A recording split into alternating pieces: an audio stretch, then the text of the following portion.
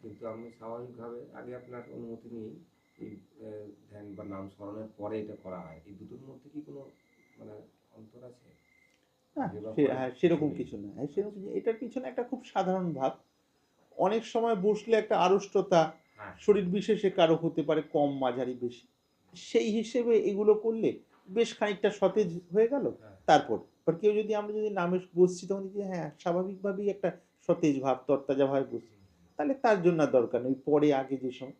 কারণ সময়ের একটা ব্যাপার থাকে তো, ওই হ্যাঁ হ্যাঁ সন্ধিক্ষণে হ্যাঁ, যে ওর সাথে সময়টা তাল বলেছেন, মেলানোর বিষয় থাকে। তখন আবার সময়টা ডিস্টার্ব ওইটা হয়ে করলে যায়। হ্যাঁ তাল, ওটার সাথে কোনো ব্যাপার নেই। ঠিক আছে। প্রাণায়ামের বিষয় সাধারণভাবে এই যে দুটো প্রাণায়াম আছে তো বহু রকম, হুম, কিন্তু খুব বেশি রকমের আমাদের ওর মধ্যে টাইম দেওয়ার তো এখন ইয়ে নেই। হুম, খুব সাধারণভাবেই অনুলোম বিলোম, যেটা স্বামী হুম, রামদেবজিকে নিমিত্ত করে চতুর্দিকে বিশেষভাবে কপাল ভাতিটা যাদের অভ্যাস আছে ওটা খানিকটা, যাদের একটু ইচ্ছে হয় সামান্য কিছু ভ্রামরী, যাদের আগ্রহ থাকে আর কি, মানে নারী শোধনের বিষয়টা মানে এখানে আপাতত অনুলোম বিলোম আর কি, সামান্য পার্থক্য ধরা হয় অনুলোম বিলোম এবং নারী শোধন। আমি সাধারণভাবে ধরে নিয়েই বলছি আর কি। অনুলোম বিলোমটাকে যদি অন্তত মিনিট 15 ভালো করে করা যায় তাহলে অনেক ভালো হয় আর কি। তার সাথে কপালভাতিটাও সাপোর্টিভ হবে, ভস্ত্রিকা ইত্যাদি তো আছেই, আরও আরও আরও।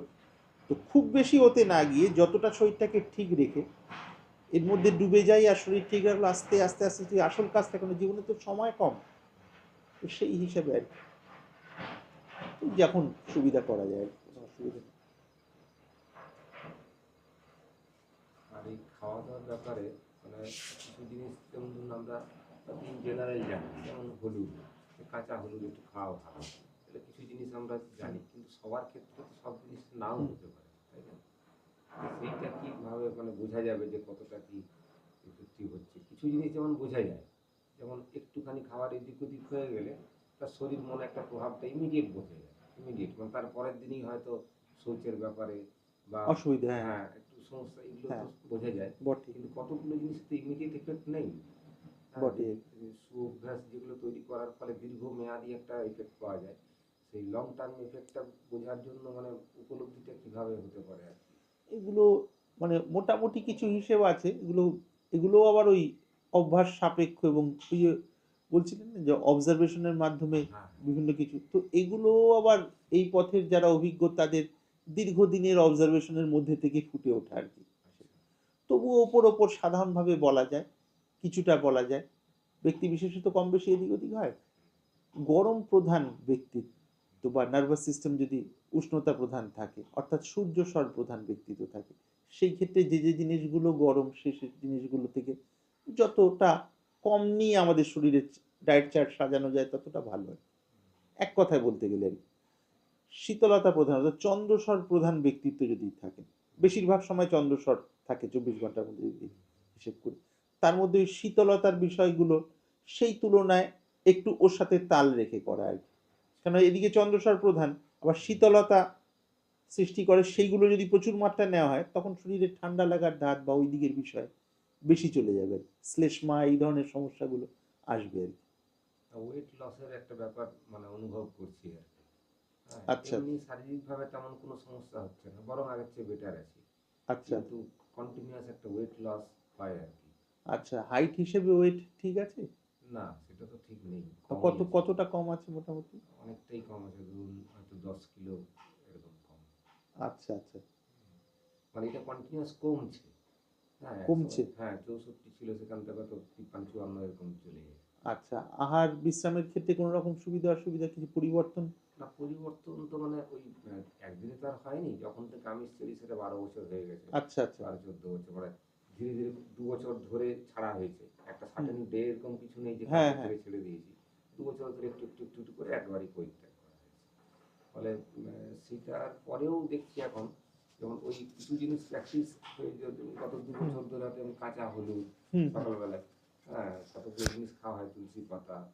তো পরে মা একদিন ভিডিওতে দেখাচ্ছিল যে দেখাচ্ছে কাঁচা হলুদও সবার জন্য ঠিক হুম নয় আর কি। হুম এটা ওই রক্তের যাদের হুম ঘাটতি, সেক্ষেত্রে রক্ত উৎপন্ন হওয়ার ক্ষেত্রে অসুবিধা তৈরি হতে হুম। পারে। এইটা হচ্ছে কিনা কে জানে। কাঁচা হলুদ কতটা পরিমাণে নেওয়া ওই হয়? 1 ইঞ্চি মতো, এই আঙুলের এতটা। প্রতিদিনই নেওয়া হয়? প্রতিদিনই, এটা প্রতিদিন, অন্তত 1.5 2 বছর ধরে কন্টিনিউয়াস খাওয়া হচ্ছে। আচ্ছা আচ্ছা।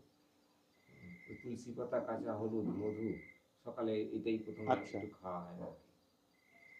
আচ্ছা, হলুদের বিষয়টা তো আমরা ওই ব্যক্তি বিশেষের দেওয়ার ক্ষেত্রে ওইটা ইয়ে ওইভাবে তো নেওয়া হয় জানি। তো তাহলে ওটার পরিমাণ কম বা একটু দিন গ্যাপও দিয়ে দেওয়া যেতে আচ্ছা পারে আর কি। আচ্ছা সাধারণত আমরা আয়ুর্বেদের ওষুধগুলো যেগুলো জেনেছি বা অল্প স্বল্প যেটুকু অভ্যাসের মধ্যে, ওই সপ্তাহে 7 দিন না করে সপ্তাহে অন্তত 4 থেকে 5 দিন আচ্ছা, এইভাবে রাখা হয়। ঠিক। আর যেটা নিয়ে একটু সন্দেহ থাকে, একদম সাদামাটা হিসেব থাকে, যেটা নিয়ে একটু কিন্তু পরন্ত, সেটা বেশ কিছুদিন গ্যাপ দিয়ে দেখতে হয় আর কি। আচ্ছা আচ্ছা। গ্যাপটা একবারে ঝট করে না দিয়ে 3 দিন 4 দিন নিলাম, আবার 2 4 দিন বন্ধ, এই করে করে করে যখন বেশ কিছুদিন গেল, যেমন নেওয়াটা ওইভাবে শুরু করেছি, আবার গ্যাপটাও ওইভাবে আস্তে আস্তে করে ইয়ে করতে হবে।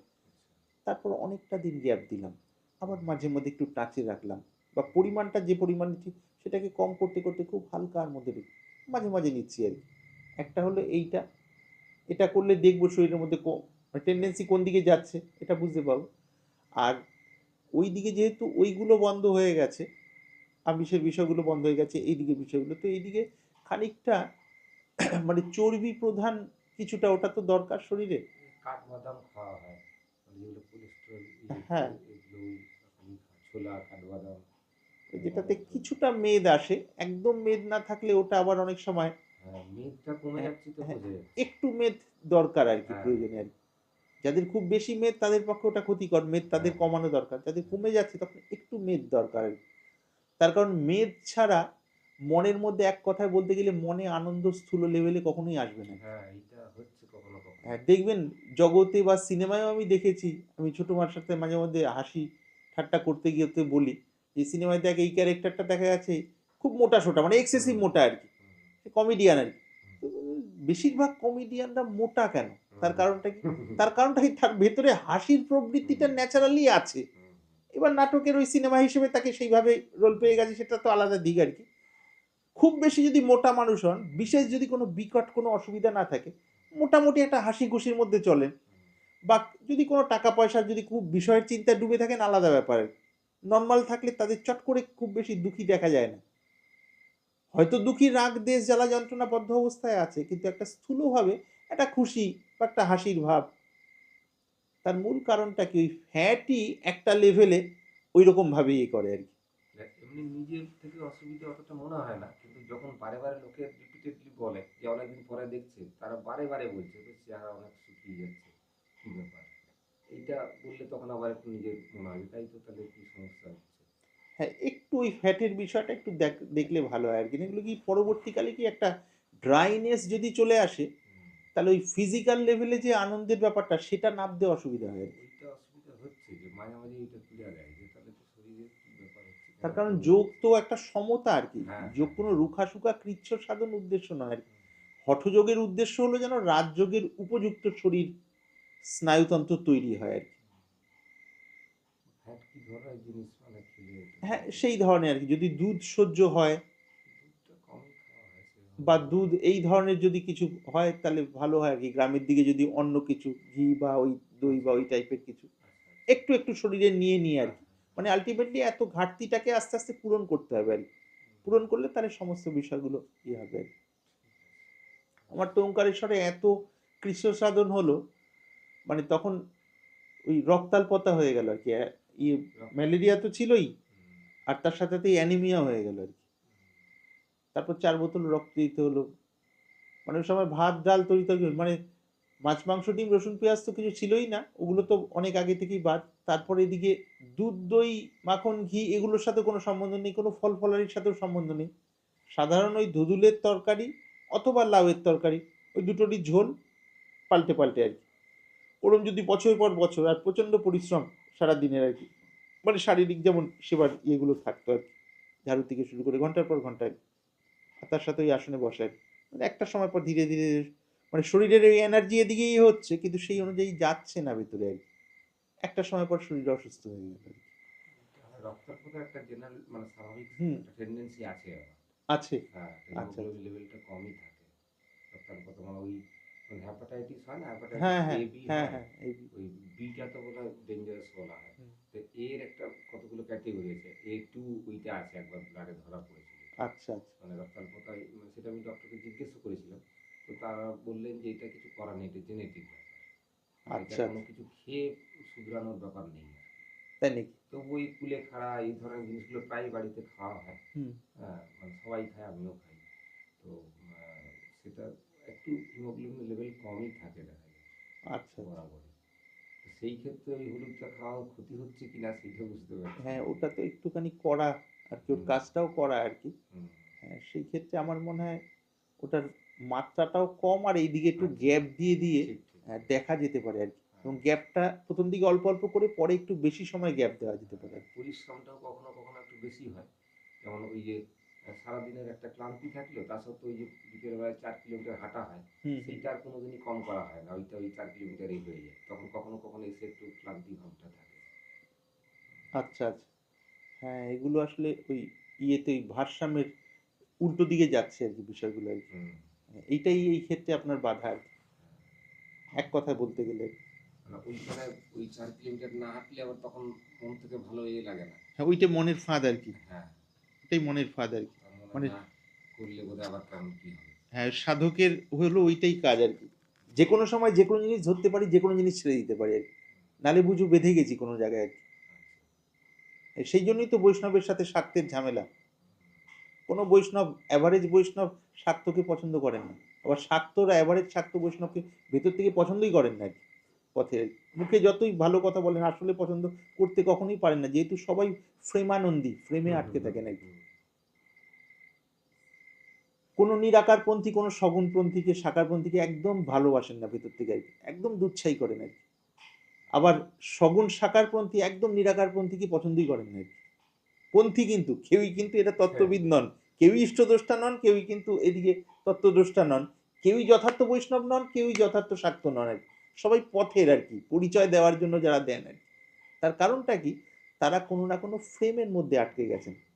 এবার তাদের থেকে যদি আরো গোড়ায় চলে আসি, আমাদের মনের কাজই হলো, যখন যে ফ্রেমে আমি আটকে যাব সেটাই আমার মূল থাকবে আর কি।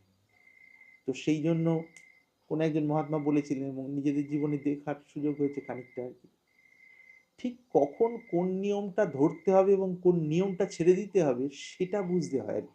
নাহলে সিদ্ধি লাভ হবে না আর কি। ঠাকুর ওঙ্কারনাথজি একবার ওইখানে হিমালয়ের, খুব সম্ভব গঙ্গোত্রী থেকে এবার নিচে নেমে আসছেন, উত্তরকাশীর ওদিককার ঘটনা আর কি পড়েছিলাম। তো ওঙ্কারনাথজি ভগবদ্দ্রষ্টা মহাপুরুষ, তার আগে বহু রকম জগন্নাথ দেবের আদেশ দিয়ে এবং তারপরে ওই আদেশ নিয়ে নাম প্রচার, ছোটবেলায় শিব দর্শন, তার অনেক আগে ব্রহ্ম সাক্ষাৎকার, 26 বছর বয়সে হয়ে যাওয়া, ইত্যাদি ইত্যাদি, আরো বহু রকম বিষয়। তো ওখানে শুনলেন যে না, একজন খুব স্বল্প ছোলা গ্রহণ করে সারাদিন থাকেন আর কি। তো দেখেন হ্যাঁ, তার যথেষ্ট প্রচার, এবং তার সাথে দেখা হলো আর কি, কম বয়সের সাথে, বোধ হয় 25, 26, 27 এরকম বয়সে ছিলেন আর কি। সামান্য পরিমাণ ছোলা নিয়ে সারাদিন, চতুর্দিকে প্রচার, বহু মানুষ দেখতে আসছেন, ইত্যাদি আসছেন, ওরকম বছরের পর বছর। তো ওঙ্কারনাথজির সাথে দেখা হলো, বা কোনো রকম ভাবে একটা কাগজে লিখে আদান প্রদান, ওঙ্কারনাথজি লিখে দিলেন আর কি, একটুখানি ভালোভাবে আর কি, যে বাবা, এই রূপ হলে মান যশ খ্যাতি অনেক হবে হয়তো লোকেদের মধ্যে, কিন্তু সেখানে ভগবান কোথায় আমরা ভুলে যাই নিজেদেরই অজান্তে। ওইটাই হলো মানে অজ্ঞানের শেড, ছায়া, অন্ধকার, যে ধীরে ধীরে ধীরে চলতে চলতে যাই। সমত্তং যোগ উচ্চতে, গীতায় পাচ্ছি, সমতাই হলো যোগ। এটা তখন ধীরে ধীরে ধীরে ধীরে যে যে কারণে শরীরকে এগুলো করতে গেছিলাম, একদল বিলাসিতা করতে করতে, চূড়ান্ত বিলাসিতা, একদল ইয়ে করতে করতে এত কেঠো ভাব ভেতরে এসে গেছে, আর কখনো ভেতর থেকে হাসিই বেরোয় না আর কি। মানে এই যে যন্ত্রটা, এই যন্ত্রটা যদি নাই হাসতে পারে, তাহলে সেই আধ্যাত্মিকতা তো মানে ভস্ম হয়ে যাবেই ভালো আর কি। তো এগুলো কতগুলো মনের ইগনোরেন্স ছাড়া কিচ্ছু না আর কি, এক কথায় বলতে গেলে আর কি। তো সেই জন্য আমাকে এই পথে আসতে গিয়ে একদম সোজাসুজি বলি আর কি, যেমন শুদ্ধ সাত্ত্বিক ভাবে চলেছি, তেমন চূড়ান্ত তামসিক ভাবে চলেছি আর কি। যেমন সংযম ধরে চলেছি, তেমন সমস্ত সংযমগুলো ভেঙে চুরে দিয়েছি সময় মতো আর কি। তার কারণ, যদি আমার আত্মনিষ্ঠা হতে হয়, শরীরের কোনো নিষ্ঠাই যেন আমার মনের উপরে চূড়ান্তভাবে ঘর না করে। সময় অনুযায়ী চলবো, এবং যতদিন দেহ থাকবে হয়তো কিছু নিষ্ঠা ধরেই চলা হবে, কিন্তু ভেতরে ভেতরে সব যেন খোলমলচে পরিষ্কার থাকে আর কি। যেমন একদিকে শুদ্ধ সাথী, একদিন চূড়ান্ত তামসিক আহার, যেগুলো মানে কয়েকদিনের পচা আর কি।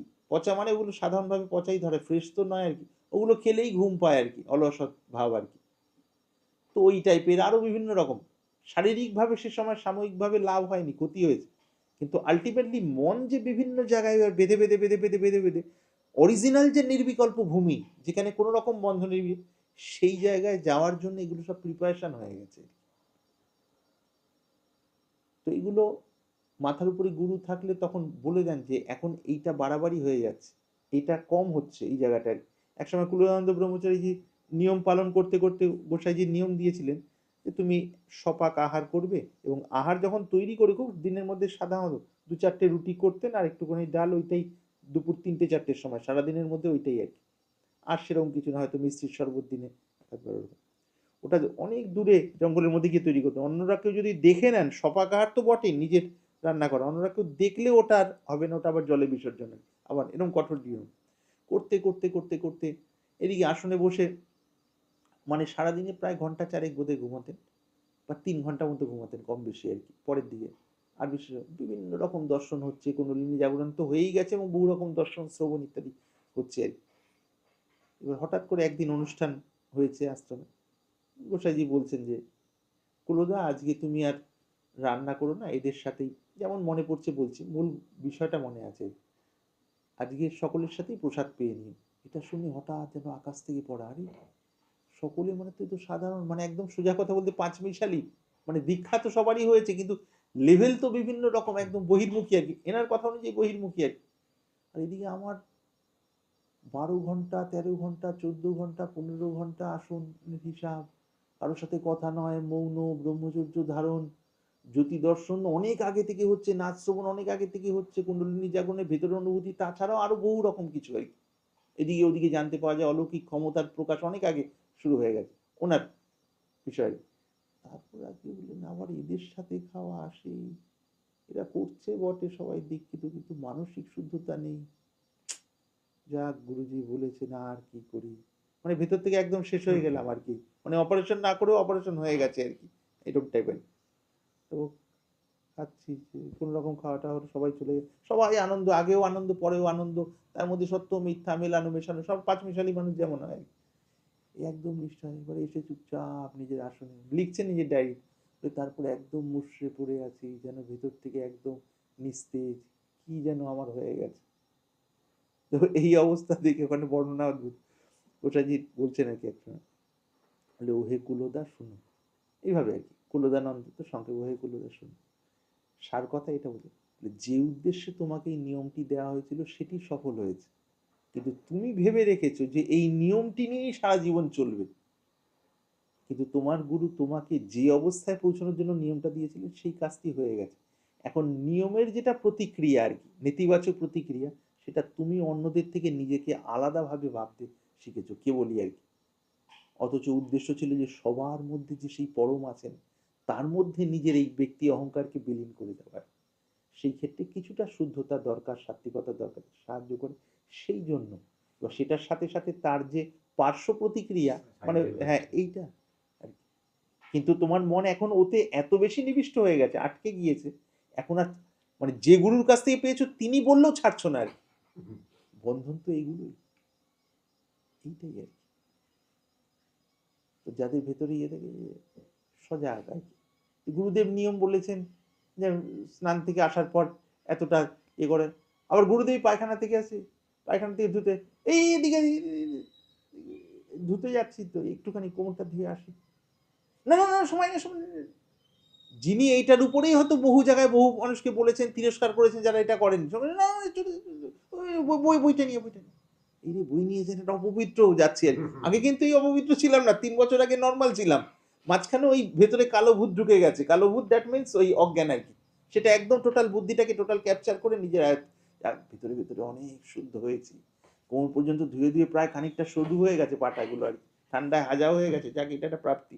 আজকে যা সব শেষ হয়ে গেল, তার মানে কি নামে নিষ্ঠা আমার নেই, গুরু বাক্যের নিষ্ঠা তো নেই, নিষ্ঠা হয়ে গেছে এই অজ্ঞানে, যেটা আমি বিষয়ী অবস্থায় বিষয় নিয়ে অজ্ঞানে ছিলাম, আবার এখানে এটার কাজে আমি আমার মূল ভূমি ছাড়িনি, সেই নিষ্ঠায় পাকা হয়ে দাঁড়িয়ে রয়েছে, অর্থাৎ ওটা তো এই জায়গাতেই তো ওই কোনো একজন মহাত্মা বলতেন বলে, নাও পর बैठे हो, নৌকোর মধ্যে বসা হয়েছে नदी पार होने के लिए, अब नाव में बैठ के चारों तरफ की शोभा सुंदरता देखते देखते इतने मतलब उसमें तल्लीन हो गए हो, अब नाव जब नदी के किनारे में आ पहुंची, तब मतलब किनारे पे उतर के नाव को छोड़ देने के लिए जिस प्रकार की मतलब परिपक्वता होनी चाहिए, वो ना हो तो कुछ लोग उसी नाव में ही बैठे रहते।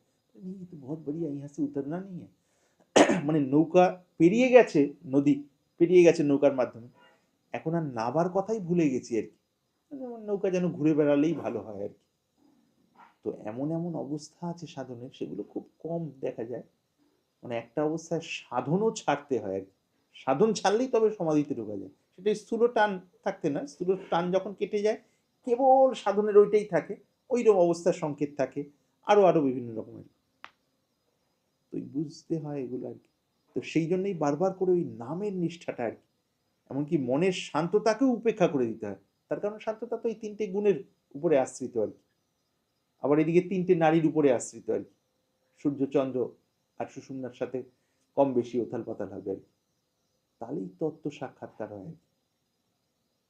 ঠিক ওই মূলে গিয়ে যে জিনিসটা লাভ হয় সেইটাকে ধরে একদম বেসিক প্রাথমিক অবস্থায় মানুষের কি কিভাবে চলা উচিত সেইভাবেই নিয়মগুলো দেওয়া, প্রয়োজনে নিয়ম ভেঙে দেওয়া, আবার পরিবর্তন করে দেওয়া, আবার পরিবর্তন করতে করতে দেখা যাচ্ছে না এর স্বেচ্ছাচারিতার দিকে চলে যাচ্ছে স্থূল, ঝট করে আবার নিয়মে চলে আসে।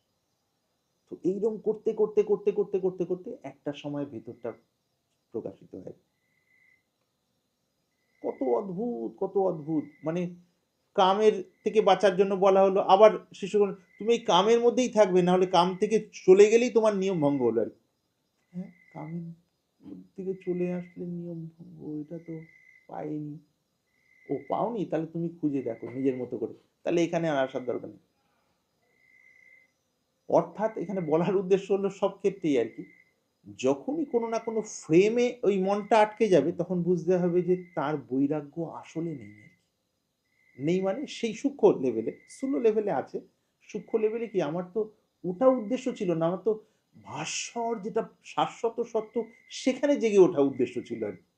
সেটা হতে গিয়ে এগুলোর সঙ্গ করতে করতে কোনো একটা সময় যেন এগুলোর মধ্যেই বেশ ভালো লেগে গেছে, শারীরিকভাবেও ভালো আছি, মানসিকভাবেও অনেকটা ভালো আছি, আর মানুষের কাছে প্রশংসা তো পাচ্ছি, যে খাদ্য আমার অহংয়ের প্রিয় সেটা তো পেয়েই যাচ্ছে, তাহলে আর ওইখানে কেন যাই। সেই জন্য মানে যথার্থ সাধন পথ যত যত এগুলো হবে, বারবারই আমি জোর করে প্রায় ভিডিওগুলোর মধ্যে এই জন্য বলি, বর্তমান সময় আসলে সিদ্ধ মহাত্মা প্রায় পাওয়া যাচ্ছে না। তার অনেকগুলো কারণ, স্থূল কারণ তো জানি, অনেকগুলো লাস্ট ওই আনকন্ডিশনাল হওয়ার জায়গায় আর যেতে পারেন না, ওই ভালো বাবু সোনা সাধক হয়ে থেকে যাওয়ার অবস্থার পর্যন্ত মানুষ জানেন, তারপরের খবর জানেন না। আর যারা যথার্থ মহাত্মা তারা এই জায়গাটা আর প্রকাশ করেনি, প্রকাশ করলে সেটা না বুঝে মানুষ স্বেচ্ছাচারী হয়ে যেতে পারে স্থূল লেভেলে, সেই কারণে প্রকাশ করেনি। এবার সেটা ধরে এখানে কিছু ডিসিপ্লিন যদি ওইভাবে দেওয়া যায় আর খুব সিনসিয়ারলি চলেন আর কি গুরুর, তখন ধীরে ধীরে ধীরে ধীরে আবিলতাগুলো কেটে গিয়ে আসলে আর কি বিষয়ের টান চলে গেল, মন যথার্থ নির্বিকল্পতার জায়গায়, এবং তখন সেখান থেকে ভক্তি প্রেম বিকাশ এবং যা যা দর্শনের বিষয়গুলো তার এই আর কি।